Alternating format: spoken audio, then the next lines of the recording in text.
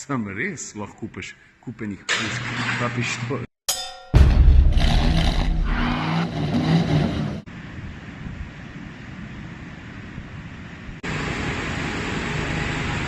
A veš kaj je pa danes na vrsti?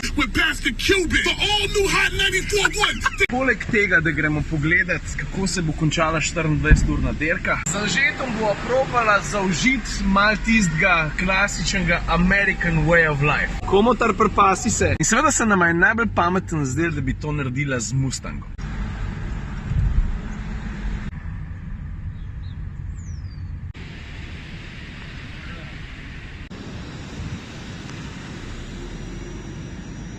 In zdaj, kje druge začeti ta vlog kot tukaj, na Daytona Beach, ker ta plaža ima za sabo eno tako zelo pestro zgodovino, ki je tudi zelo tesno povezana z dirkanjem, pa celo s hitrostnimi rekordi. Hitrostno omejitev si videl, kakšna je, ne? 10 mil na uro, 16 km na uro. To je v bistvu vse skapnač, še posebej glede na zgodovino, ki jo ta plaža ima. Jaz ne vem, če veš, ne, ampak tukaj se je z avtomobili dirkal že v zgodnjih letih prejšnjega stoletja. A veš, na pesku, kjer stojim, so se zgodili tudi prvi zametki NASCARja, ki za Američane se veš, da so počeni na dirkanje. Kar se pa hitrostnih rekordov tiče, stari, po mojem najbolj še takole povem, in gospod Henry Seagrave se je na tej plaži leta 1927 svojim 1000 konjskim Sunbeamom pelil 337 km na uro. Stari Ferrari, daj malo razmisel, leta 27 po pesku, po milki,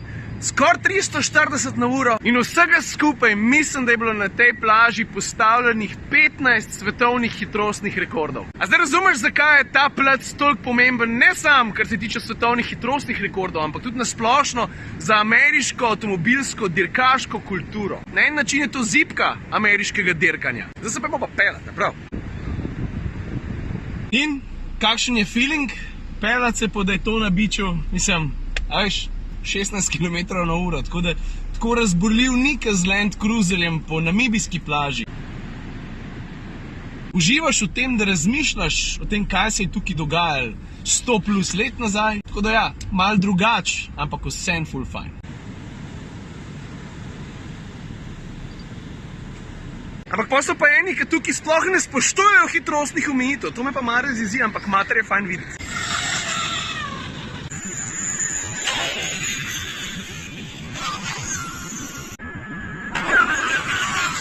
Drugače pa, ker smo že pri hitrostnih omejitvah, moram priznati, da včasih rad prekršim zakon, tako da...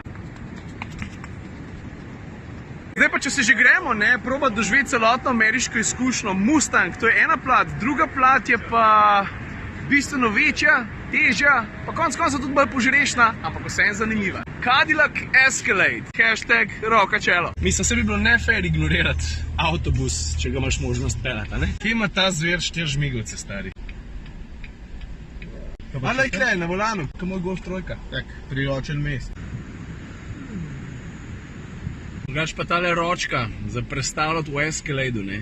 To je za enega ubit. Mislim, lej ta kino. No, zdaj pa nazaj na dirkališče, pogledati zaključek dirke, pa bomo pa še videli, kaj se bomo spomnili.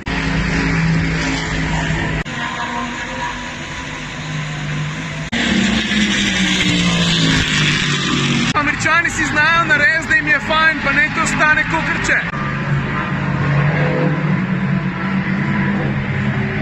Drugač pa avtomobilski zakladi, ki jih tukaj najdeš.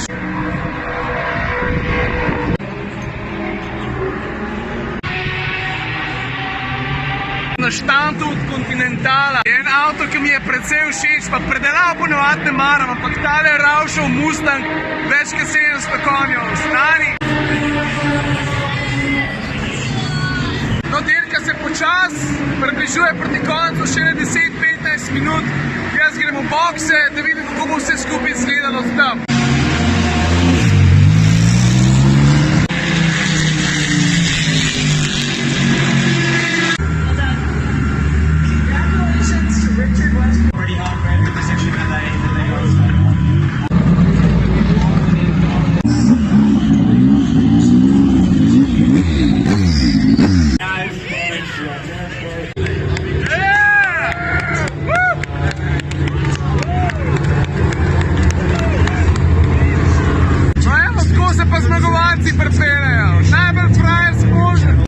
avtomobili se že hladijo poleg boksov. Je pa zanimiv stat ob teh dirkalnih bolidih, ker od njih še seva vročina in prav čutiš ta napor, ki so ga mogli prestati zadnjih 24 ur, da so se znašli tukaj. In grede, danes pa včeraj je tukaj dirkal kar 50 dirkalnikov, od tega mislim, da je 16-17 prototipov, to so ti najhitrejši, pa potem še nižje grupe, kjer dirkajo Ferrari, Corvetta, Ford GT, Lambo, Mercedes, BMW s svojim novim dirkalnikom pa tako naprej.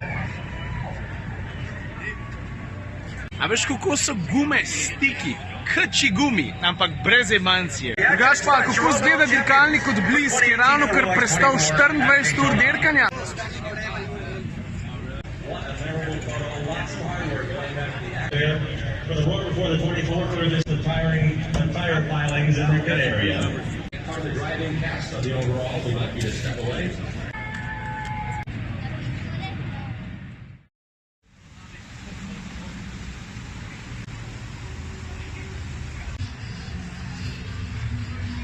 Belt buckles.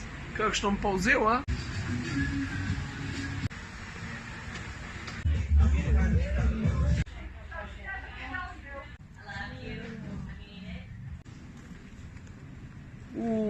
Tale pa ni švoh. Se mi zdi, da bi prav dobro zlel na naših cestah. Veš kaj pa najbolj smešno od vsega, ki se z njimi pogovarjam, mi nehote povleče na južnaški naglas in pa se zahvalim, ker grem iz štacune pa rečem thank you. A pa je bila cena 14,88 pa rečem make that 15.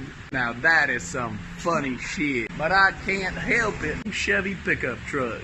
We're down here in Florida buying stuff, stupid stuff. Ma'am, how you doing today? I'm doing mighty fine. Zdaj pa, če si že na jugu Amerike, ne, valjda boš najdel en gun shop pa šel malo pogledat. Muska je že ta prava. Yeah, can I? Yeah, I'm just going to close this door. All right. Thank you. Saj jaz vem, da lahko v Ameriki kupiš kupenih pušk, pištol, orožja, ampak vseeno, ko prideš na tako štacuno, si malo tako, pista, sam res lahko kupiš kupenih pušk pa pištol. I've never held a gun in my hand. I don't know, the biggest one, I guess. What is this, like semi-automatic? Yeah. That one's only $519. $519, to si prav, je manj kot 500 evrov. A zanimiva izkušnja. You know, you can rent them at the range and shoot them over here. Drugač pa jaz sem tako anti-gun, da bolj res ni, ne, ampak zanimiv je vse to izkusiti, pa mislim, zanimiv je. Tole recimo je prevedena klasika. Tale recimo že malo bolj pestra, ampak meni je tista ta zadnja še najbolj všeč. Hey Osama, how's it hanging? So who do you want to shoot today? Well, give me some Osama.